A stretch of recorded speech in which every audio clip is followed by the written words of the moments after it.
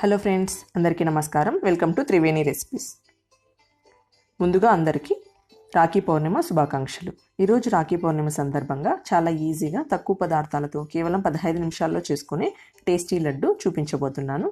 ఈ లడ్డు చేసుకోవడానికి కావలసిన పదార్థాలు, తయారీ విధానం చూసేద్దాం. ముందుగా 1 కప్పు పుట్నాల పప్పుని తీసుకోవాలి.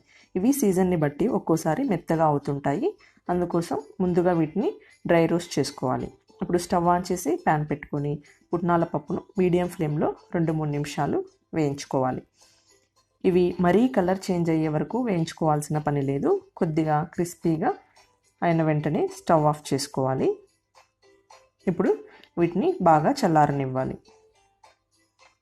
తర్వాత డ్రైగా ఉన్న మిక్సీ జార్లో తీసుకోవాలి. ఇప్పుడు 1 కప్పు పుట్నాల పప్పుకి 1/2 కప్పు చక్కెరని తీసుకుంటున్నాను. ఇది కూడా ఈ మిక్సీ జార్లో వేసుకోవాలి. అలాగే మంచి స్మెల్ కోసము 3 ఇలాచీని కూడా ఇలా కొట్టి వేసుకుంటున్నాను. ఇప్పుడు వీటిని బాగా ఫైన్ పౌడర్ లాగా గ్రైండ్ చేసుకోవాలి.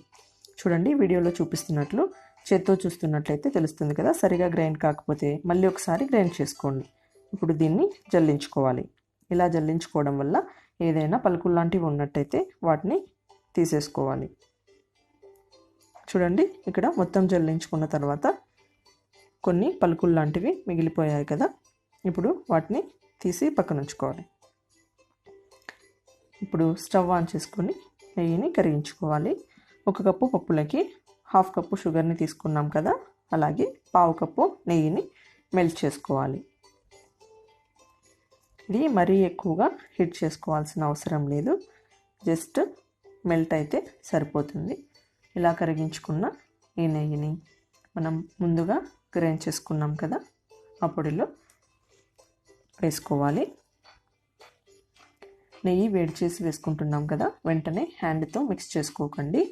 వేడిగా ఉంటుంది కాబట్టి ఫస్ట్ స్పూన్తో ఇలా మొత్తం పిండిని నెయ్యిలో కలిసేలా కలుపుకోవాలి.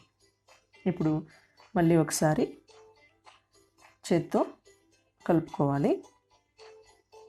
చూడండి, ఇలా ఒకసారి ప్రెస్ చేసుకున్నట్లయితే ఇలా ముద్దలాగా అవ్వాలి. ఇలా అయితే కరెక్ట్ కన్సిస్టెన్సీలో ఉన్నట్టు లెక్క. నేను చెప్పిన కొలత ప్రకారం చేసుకున్నట్లయితే కరెక్ట్గా సరిపోతుంది.